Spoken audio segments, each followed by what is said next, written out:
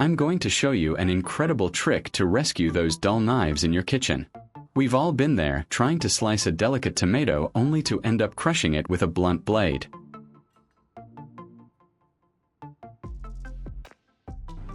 As you can see, this knife is incredibly dull. Instead of slicing through the skin, it just crushes the tomato, ruining it. But don't throw that knife away. It's completely frustrating. But I have a brilliant idea to fix this using just a few simple materials.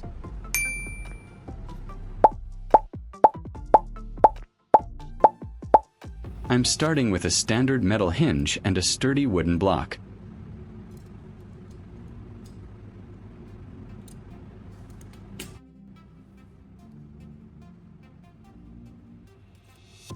I'll position the hinge right at the edge of the block and use a marker to mark exactly where the mounting holes need to go.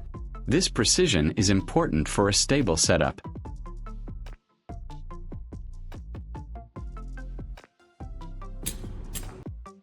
I'm using my drill to create pilot holes on the marks I just made.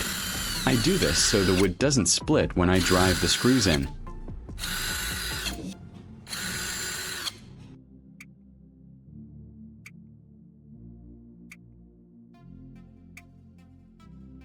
Then, I'll place the hinge back over the holes and screw it down tightly. This hinge will act as a clamp for our knife later on.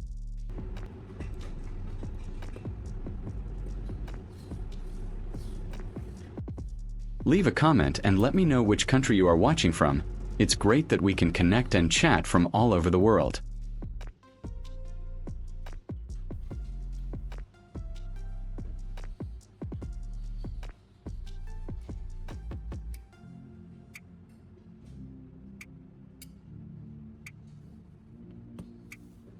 I'm taking this L-shaped metal bracket.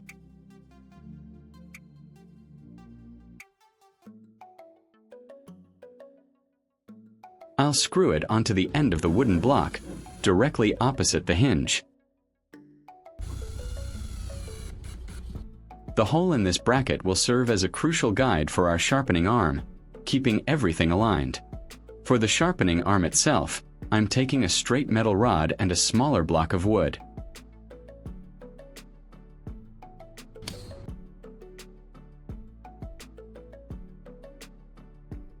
I'll drill a hole into the center of the wood and insert the rod, securing it with a few drops of strong superglue. This rod is what will ensure our sharpening angle remains perfectly consistent.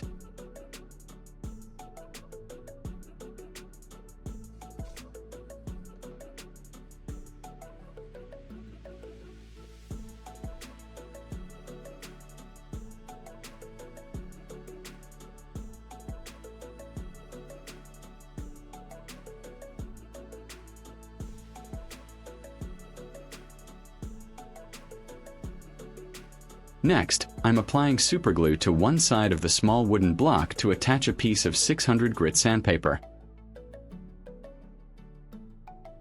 I'll press it down firmly and then use scissors to trim the excess perfectly to the edge. This coarse grit will help us establish the initial sharp edge on the dull blade.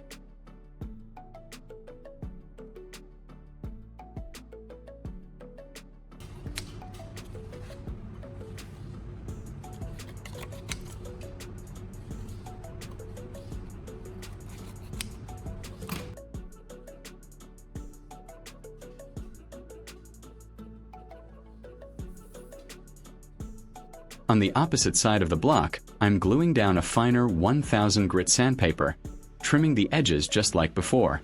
This finer side will be used in the final step to polish and refine the blade to a razor-sharp finish.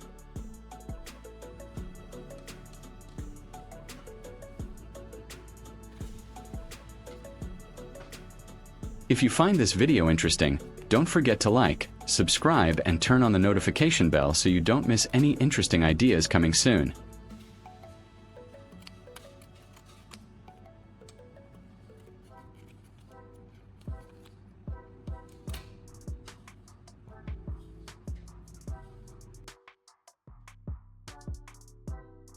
I'll quickly use a marker to draw a line and label the sides with their respective grits, 600 and 1000, so I don't accidentally mix them up while working.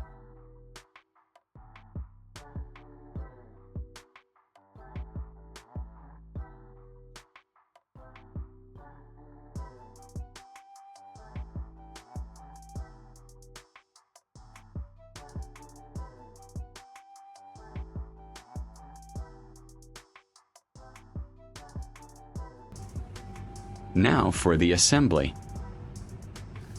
I'll slide the guide rod through the hole in the L bracket.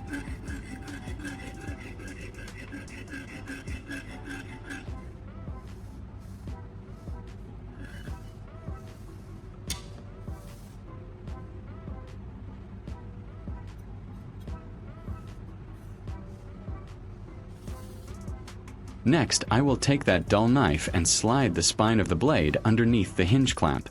Tightening these screws is crucial to securely clamp the knife and keep it completely motionless during sharpening.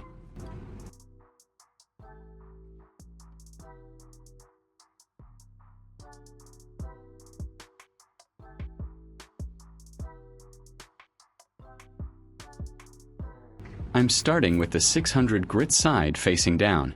I spray a little water on the sandpaper to act as a lubricant and help clear away the microscopic metal shavings. I simply slide the block back and forth along the edge of the knife. Because the rod is restricted by the bracket, the sharpening angle is perfectly maintained across the entire length of the blade. I apply moderate, steady pressure while moving the sandpaper across the blade, ensuring that the force remains consistent throughout the sharpening process.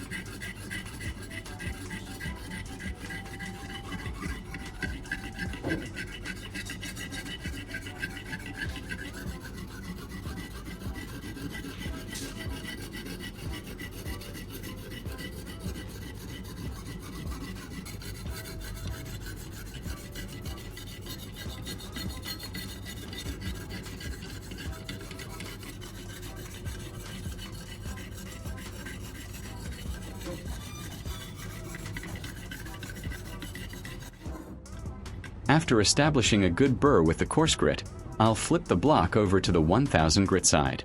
I'll add a little more water and repeat the sliding motion. This step removes the scratches left by the coarse paper and hones the edge to a much finer, sharper point.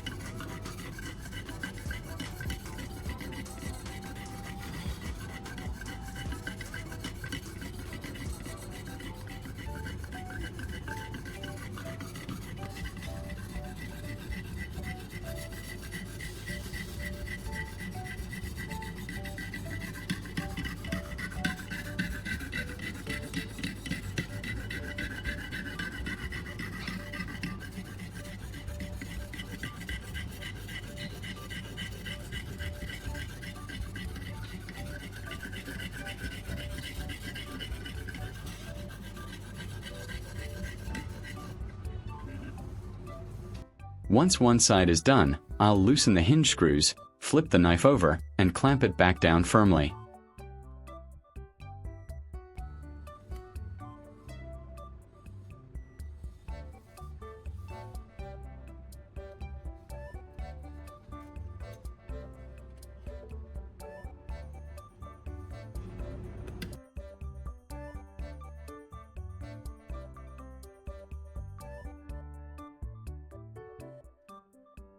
It's extremely important to repeat the exact same process on this side, starting with the 600 grit, followed by the 1000 grit, to ensure we create a balanced and perfectly centered cutting edge.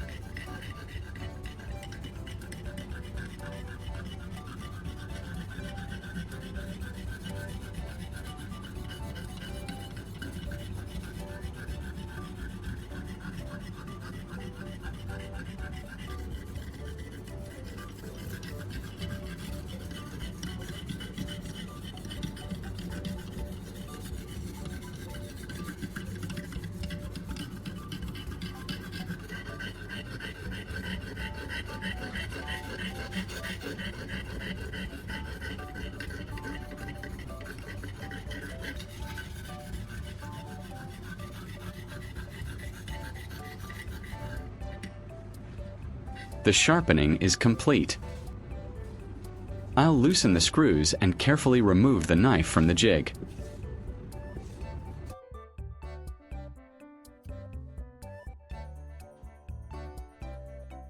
I'm using a paper towel to thoroughly wipe down the blade, removing any leftover grit and metal dust.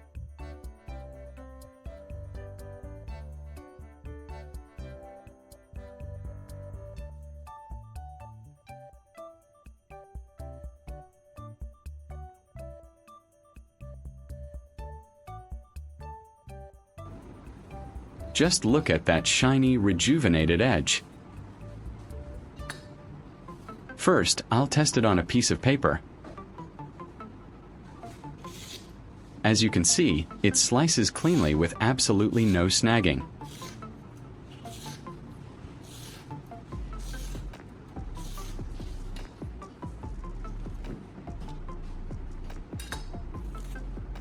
And remember that tomato from the beginning that we just squashed?